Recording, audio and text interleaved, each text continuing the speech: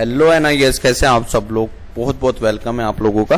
Congratulation जो बच्चे पास हुए हैं, और जो बच्चे रह गए हैं तो उनको हम एक रास्ता बता देते हैं कि भाई आप लोगों को के इस तरह से तैयारी कर लो और कुछ ही समय में आप पास हो जाओगे। ठीक है, तो मैं आपका दोस्त फारूक रजा खान, उत्तराखंड देहरादून से, और एक एनआईएस का छोटा सा कार्यकर्ता।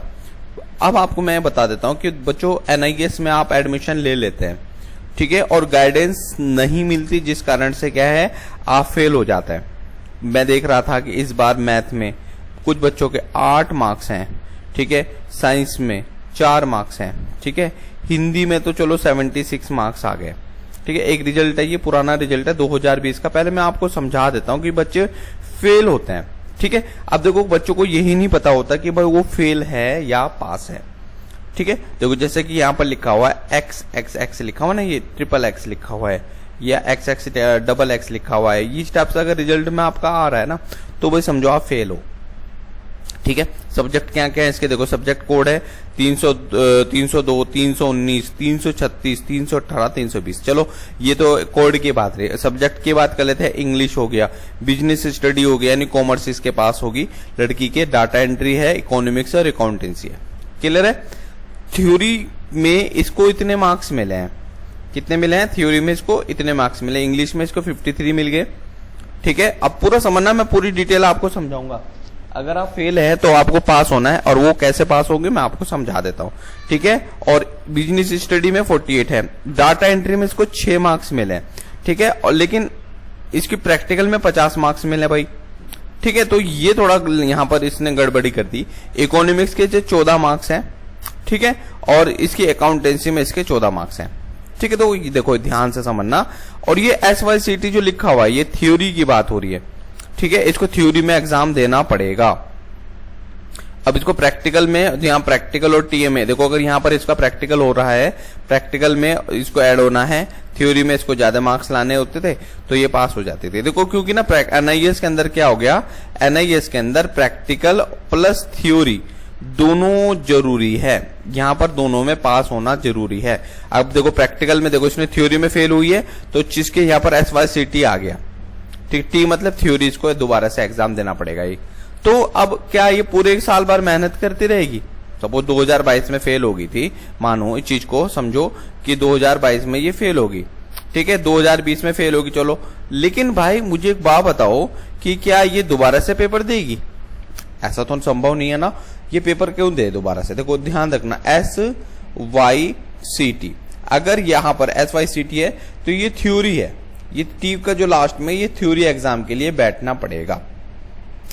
ठीक है, अब SYC, अब ये एग्जाम सेंटर पे जाके आप पता करो। ठीक है, आपको थ्योरी और प्रैक्टिकल, ठीक है, दोनों देने पड़ेंगे। आपने प्रैक्टिकल में वहां आप 100 हो जाता है, वहां सामने सामने आप देख सकते हो कि भाई SYC तो नहीं है हमारे पास, देखो SYC है, तो SYC के अंदर हमारे पास क्या है, थ्योरी इसको देनी पड़ेगी। ठीक है, थ्योरी मतलब पेपर में बैठना पड़ेगा दोबारा से, तब जाके ये पास होगी। अब ये संभव कैसे होगा? अच्छा, एनआईएस में ऐसे गड़बड़ी मार्क्स क्यों आ रहे? देखो देखा गया, मैं एक बार अभी कुछ दिन पहले हमारे जहां पर एग्जाम होते हैं, हमारे बच्चे गए, तो हम लोगों ने देखा कि यार वहां पर ना बच्चों के साथ गड़बड़ी हो रही है। गड़बड़ी इन द सेंस, वहां पर आपकी कॉपी कभी लेट दे रहे हैं, एग्जाम होने के बाद आधा घंटे बाद पेपर ही नहीं आया। मानते हो, पेपर भी तो आएगा तभी तो बच्चा पेपर करेगा। एक पहला पेपर नहीं मिला टाइम से, इस वजह से आप फेल हुए।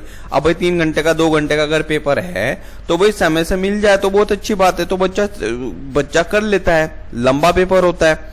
दूसरा यहां पर क्या है, एनआईएस ने इस बार के क्वेश्चन पेपर को घुमा दिया था, बहुत ज्यादा घुमा करके आगे पीछे दे दिया। ठीक है, बच्चा इसलिए भी कंफ्यूजन हुआ, वहां पर हम बच्चे को मार्क्स नहीं मिले। तीसरा, यहां पर थ्योरी और टीएमए में भी कंफ्यूजन हो गया बच्चों को। टीएमए की मार्क बताता हूं, टीएमए क्या होता है, ट्यूटर मार्क ऑफ असेसमेंट होता है। प्रैक्टिकल और टीएमए ये दोनों के दोनों देने पड़ रहे हैं। पहले उस समय पहले ऐसा नहीं होता था, 3-4 साल पहले देखो तो टीएमए नहीं था। टीएमए होता था, लेकिन क्या होता था, वो सेंटर पे जाके जमा कर लेते थे। ठीक है, अब क्या हो गया, टीएमए ऑनलाइन हो गया। अब कुछ बच्चों के टीएमए छूटे हैं ना, तो टीएमए का मतलब क्या हुआ, वहां पर उसको अपलोड नहीं कर पाया वो बच्चा।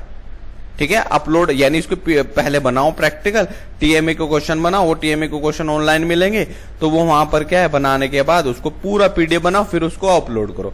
अब भाई कोई गांव दूर दराज का बच्चा है, लड़की है, वो नहीं जानती है टीएमए कैसे अपलोड होगा, वो स्टडी सेंटर नहीं आ पाएगी, तो इस कारण से भी इसके रिजल्ट में बहुत सारी प्रॉब्लम देखने को मिली है।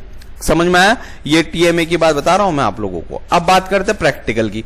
प्रैक्टिकल में बहुत सारे ए भी कहता है, देखो क्या प्रॉब्लम होती है, SYCT ये भी आता लिखा हुआ, मैं पूरा बता देता हूं, SYC, ठीक है, फिर उसके बाद आता है CYCR, फिर उसके बाद ये तो आपको पता है ये फेल लिखा है, सारे झंझट आपको पता है, फिर ए आता है एब्सेंट।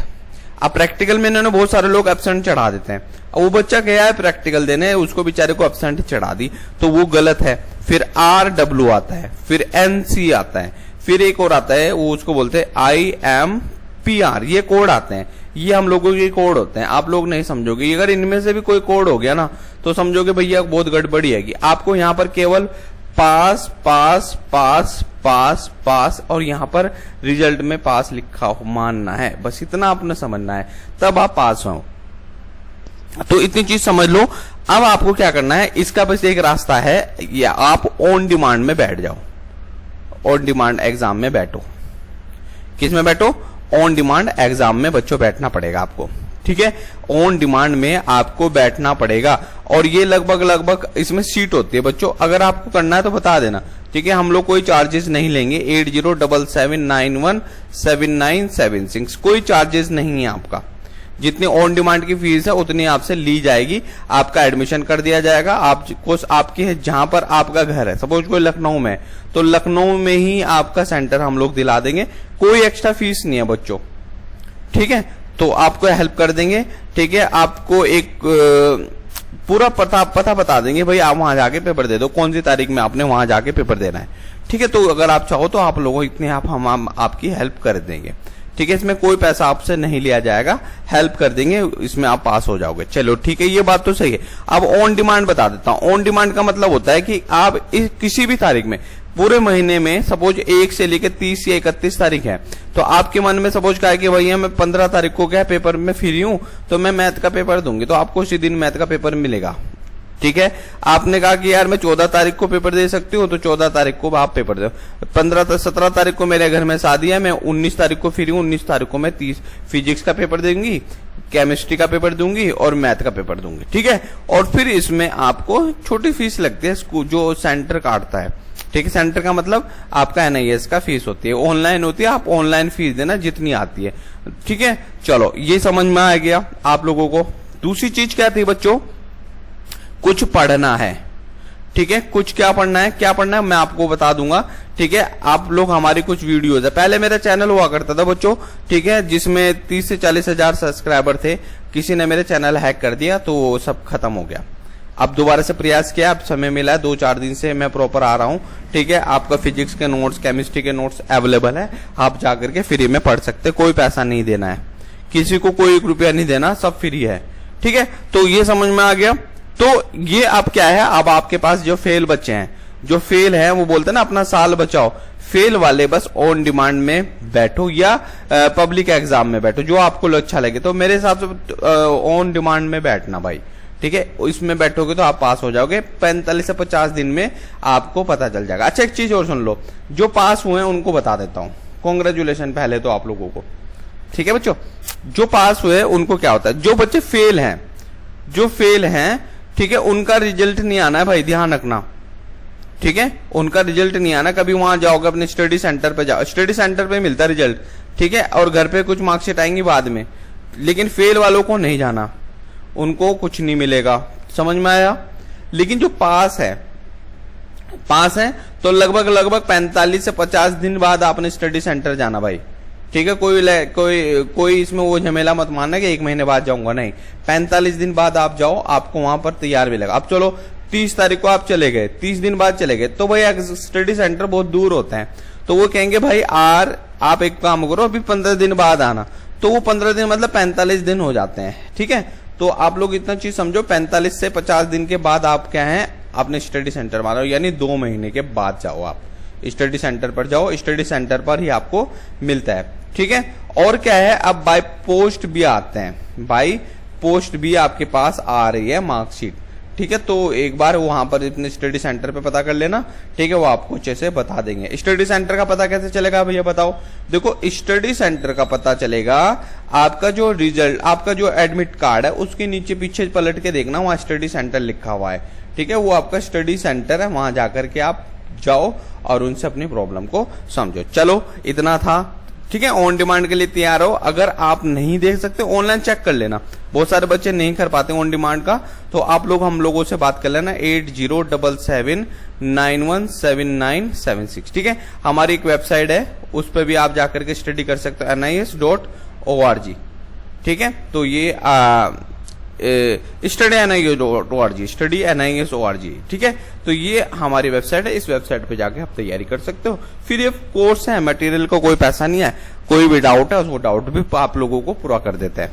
ठीक है, तो चलिए, थैंक यू सो मच। जय हिंद, जय भारत। आपका दिन शुभ रहे। बेटा, चैनल को सब्सक्राइब जरूर करो, शेयर भी बताओ, और देखो अभी नया चैनल है, थोड़ी सी हेल्प कर दोगे तो हम आगे ग्रो करेंगे, जिससे कि हम लोगों के पास पहुंचते रहेंगे। ठीक है, जो सीनियर सेकेंडरी समझ लो, एक सेकेंडरी होता है, एक सीनियर सेकेंडरी होता है। सीनियर सेकेंडरी 12th को बोलते हैं और सेकेंडरी बोलते हैं 10th को। ठीक है, तो ये ध्यान से समझना। ठीक है भाई, ये बच्ची फेल थी, पास हो गई। ठीक है, तो ये देखो, ये पास है। ये SYCT बेचारी गिर गई यहाँ पर। SYC देखो, SYCT मतलब ये थ्योरी में फेल है। ठीक है, तो थ्योरी मतलब देखो, थ्योरी में 6 मार्क्स है, और SYC इसको प्रैक्टिकल और TA में दोनों देने पड़ेंगे। ठीक है, तो भाई इतना ही था। चैनल सब्सक्राइब जरूर करो, शेयर जरूर करो, एक दूसरे को बताओ। थैंक यू सो मच बच्चों।